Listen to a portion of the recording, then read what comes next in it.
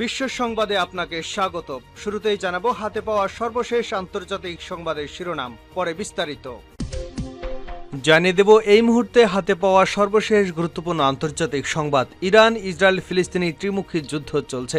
এবার মধ্য রাফা থেকে লোকজনকে সরতে বলল ইসরায়েল, আরও বড় হামলার ইঙ্গিত। এবারে জানাবো কানাডায় দাবানল, সতর্কতা জারি। কানাডার আলবার্টায় ফোর্ট ম্যাকমুরেতে ছড়িয়ে পড়েছে দাবানল। এর মধ্যে দাবানলটি নিয়ন্ত্রণের বাইরে চলে গেছে, ফলে সেখানকার নাগরিকদের সরিয়ে নিতে সতর্কতা জারি করেছে কর্তৃপক্ষ। দাবানল মৌসুম সামনে রেখে এটাই তাদের প্রথম পদক্ষেপ। জানাবো পুরো রাফা ঘিরে ফেলেছে ইসরায়েলের ট্যাঙ্ক। ফিলিস্তিনের অবরুদ্ধ গাজা উপত্যকায় একটি যুদ্ধবিরতি এবং হামাসের হাতে জিম্মি ইসরায়েলিদের মুক্তির বিষয়ে মিশরের কায়রোতে অনুষ্ঠিত আলোচনা ব্যর্থ হয়েছে। এবার প্রধানমন্ত্রী বেঞ্জামিন নেতানিয়াহু শুক্রবার হামলা জোরদারের ইঙ্গিত করেছে। জানিয়ে দেব দখলদার ইসরায়েলি প্রধানমন্ত্রী বেঞ্জামিন নেতানিয়াহুর কঠোর সমালোচনা করেছে সংযুক্ত আরব আমিরাত। এদিকে মিয়ানমারে বিদ্রোহীদের বৈঠকে জান্তার বোমা হামলা, শিশুসহ নিহত 16। এবং সর্বশেষ জানাবো দুর্নীতির নেটওয়ার্কে জড়িত থাকার অভিযোগে গ্রেপ্তার হয়েছেন লাতিন আমেরিকার দেশ পেরুর প্রেসিডেন্ট দিনা বেলুয়ার্তের বড় ভাই নিকার্নো বেলুয়াত। এতক্ষণ শিরোনাম শুনছিলেন, এবার বিস্তারিত। প্রিয় দর্শক, আপনি যদি এই চ্যানেলে নতুন হয়ে থাকেন, ভিডিওটি দেখতে দেখতে চ্যানেলটি সাবস্ক্রাইব করে আমাদের সঙ্গে থাকুন।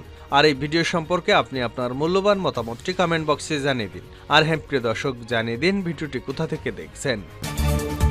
মধ্য রাফা থেকে লোকজনকে সরতে বলল ইসরায়েল, আরও বড় হামলার ইঙ্গিত। ইসরায়েলি বাহিনী ফিলিস্তিনের মধ্য রাফা এলাকার বাসিন্দাদের সেখান থেকে উত্তর ও পূর্ব এলাকায় সরে যেতে নির্দেশনা দিয়েছে। এর মধ্য দিয়ে রাফায় আরও বড় ধরনের অভিযানের ইঙ্গিত দিল ইসরায়েল। সমালোচকরা বলছেন, ইসরায়েলের এই হামলায় রাফায় আরও লাখো লাখো মানুষের আশ্রয়হীন হয়ে পড়ার ঝুঁকি বাড়ল। এছাড়া রাফার মধ্যাঞ্চলে স্থল অভিযানের ফলে আরও ধ্বংসযোগ্য দেখা যাবে, আরও অনেক মানুষ আশ্রয়হীন হয়ে পড়বে। এভাবে পুরো শহরে এগিয়ে যাবে ইসরায়েলি বাহিনী। এর আগে গত সপ্তাহে ইসরায়েলি ডিফেন্স ফোর্স রাফার পূর্ব অঞ্চলের লোকজনকে সরে যেতে নির্দেশনা দিয়েছিল। এরপর মিশর সীমান্তের কাছে রাফা ক্রসিং নিয়ন্ত্রণে নেয় তারা। আইডিএফ এর পক্ষ থেকে বলা হয়, তারা রাফায় নিখুঁত সুনির্দিষ্ট অভিযান পরিচালনা করছে। ইসরায়েল বাহিনী শনিবার বলছে, গত সোমবার পূর্ব রাফা শহর থেকে লোকজনকে সরে যেতে নির্দেশ দেওয়ায় 3 লাখ মানুষ রাফা ছেড়ে আল মাওয়াসির মানবিক এলাকায় চলে গেছেন। এর আগে গতকাল শুক্রবার জাতিসংঘ বলেছিল 1 লাখ মানুষ রাফা ছেড়ে গেছে। এর মধ্যে গতকাল রাফা ছাড়া শহরটির পূর্বাঞ্চল এবং উত্তরাঞ্চলে আরও এলাকা ছাড়তে লোকজনকে নির্দেশনা দিল ইসরায়েল। লিফলেট, বার্তা, ফোন কল, সামাজিক যোগাযোগ মাধ্যমে দেওয়া পোস্টের মাধ্যমে এ ধরনের নির্দেশনা দেওয়া হয়ে থাকে। অবশ্য দ্য গার্ডিয়ানের এক প্রতিবেদনে বলা হয়েছে, ইসরায়েলের পক্ষ থেকে রাফা থেকে লোকজনকে যেখানে পাঠানো হচ্ছে সেখানকার পরিস্থিতি আরও ভয়াবহ। সেখানে কাজ করা মানবিক সহায়তা কর্মীরা বলছেন, উপকূলীয় এলাকা এবং উত্তর পূর্বের যেখানে লোকজনকে সরে যেতে বলা হচ্ছে সেখানকার পরিস্থিতি মানবেতর। গাজার স্বাস্থ্য মন্ত্রণালয় গতকাল জানিয়েছে, 7 অক্টোবর থেকে ইসরায়েলের হামলায় নিহতের সংখ্যা দাঁড়িয়েছে 34,971 জনে। রাফা শহরে হামলা বন্ধে যুক্তরাষ্ট্রের চাপের বিষয়টি ইসরায়েলের প্রধানমন্ত্রী বেনিয়ামিন নেতানিয়াহু প্রত্যাখ্যান করেছে। তিনি বলেছেন, রাফায় হামাসের শীর্ষ নেতারা রয়েছে, হামাসের শক্তিও সেখানে। কানাডায় দাবানল, সতর্কতা জারি। কানাডার আলবার্টায় ফোর্ট ম্যাকমুরেতে ছড়িয়ে পড়েছে দাবানল। এরই মধ্যে দাবানলটি নিয়ন্ত্রণের বাইরে চলে গেছে, ফলে সেখানকার নাগরিকদের সরিয়ে নিতে সতর্কতা জারি করেছে কর্তৃপক্ষ। দাবানল মৌসুম সামনে রেখে এটাই তাদের প্রথম পদক্ষেপ।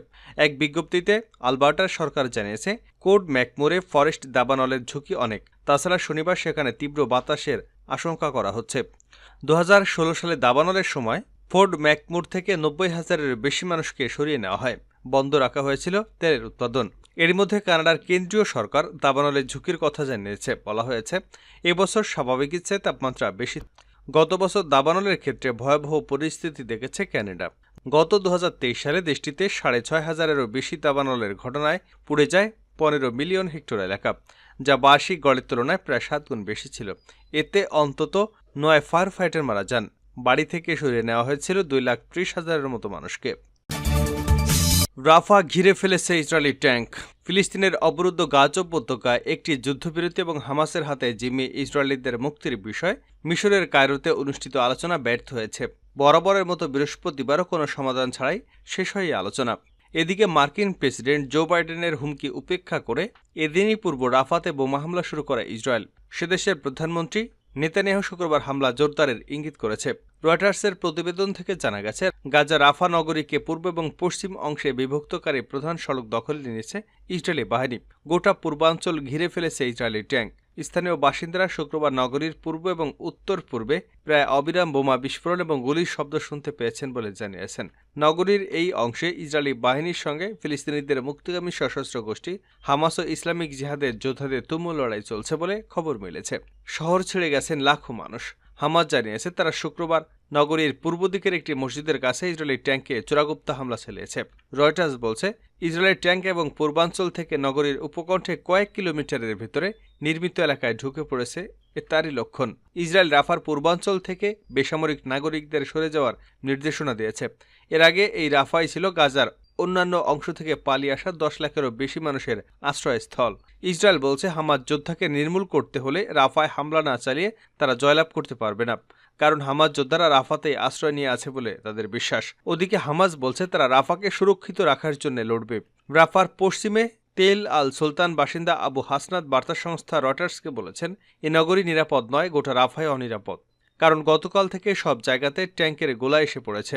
আমি চলে যাওয়ার চেষ্টা করেছি, কিন্তু আমার পরিবারের জন্য একটি তাঁবু কিনতে আমি 2000 শেকেল জোগাড় করতে পারছি না। রয়টার্স ও প্রত্যক্ষদর্শী সূত্রে জানিয়েছে, ইসরায়েল সেনারা কেবল রাফার পূর্ব দিকে নয়, গোটা রাফাকেই ট্যাঙ্কের গোলা ও বিমান হামলার নিশানা করেছে। ইসরায়েলের ট্যাঙ্ক ও রাফার মধ্যে পূর্বাঞ্চল সিল করে দক্ষিণ দিক থেকে বিচ্ছিন্ন করেছে। এতে করে মিশর থেকে গাজায় প্রবেশের একমাত্র ক্রসিংটি ইসরায়েলের দখলে রয়েছে এবং তা বন্ধ হয়ে গেছে। দক্ষিণ গাজা রাফা অঞ্চলে হামলা জোরদারের কথা বলেছে ইসরায়েলি প্রধানমন্ত্রী বেঞ্জামিন নেতানিয়াহু। জাতিসংঘের কর্মকর্তা জর্জিওস পেট্রোপোল শুক্রবার জানিয়েছেন, দক্ষিণ গাজায় অভিযান আরও সম্প্রসারণের কথা বলেছে ইসরায়েলি প্রধানমন্ত্রী বেঞ্জামিন নেতানিয়াহু। সে কারণে প্রায় 1,10,000 ফিলিস্তিনি রাফা অঞ্চল থেকে পালিয়েছেন। অভিযানের হুমকি তো আছেই, তাছাড়া ওই এলাকায় জ্বালানি খাদ্য সরবরাহ নেই বললেই চলে। তিনি বলেন, দক্ষিণ গাজার প্রায় সব ক্রসিং বন্ধ রাখা হয়েছে, সব ধরনের পণ্য সরবরাহ বন্ধ করে দেওয়া হয়েছে। শুধু তাই নয়, চিকিৎসা ও মানবিক কর্মীদের চলাচলে বাধা দেওয়া হচ্ছে। গাজার স্বাস্থ্য মন্ত্রণালয় জানিয়েছে, ইসরায়েলি আগ্রাসনে এখন পর্যন্ত প্রায় 35,000 ফিলিস্তিনি নিহত হয়েছেন। এছাড়া বিভিন্ন শহর, অ্যাপার্টমেন্ট, হাসপাতাল, মসজিদ, স্কুলে ব্যাপক ধ্বংসযজ্ঞ চালিয়েছে ইসরায়েলি বাহিনী। জাতিসংঘ বলছে, উত্তর গাজা দুর্ভিক্ষের মধ্যে রয়েছে। ইসরায়েলকে সতর্ক করে যুক্তরাষ্ট্র বলছে, তারা পরিকল্পনা মতো গাজা রাফায় সর্বাত্মক অভিযান চালালে তা হামাসের জন্য কৌশলগত বিজয় এনে দিতে পারে। হোয়াইট হাউসের জাতীয় নিরাপত্তা মুখপাত্র জন কির্বি বৃহস্পতিবার এই সতর্কবার্তা দিয়েছেন। কির্বি বলেন, আমরা মনে করি রাফায় যে কোনো বড় ধরনের অভিযান প্রকৃতপক্ষে সমঝোতা আলোচনার টেবিলে হামাসের হাতকে শক্তিশালী করবে, ইসরায়েলের হাতকে নয়।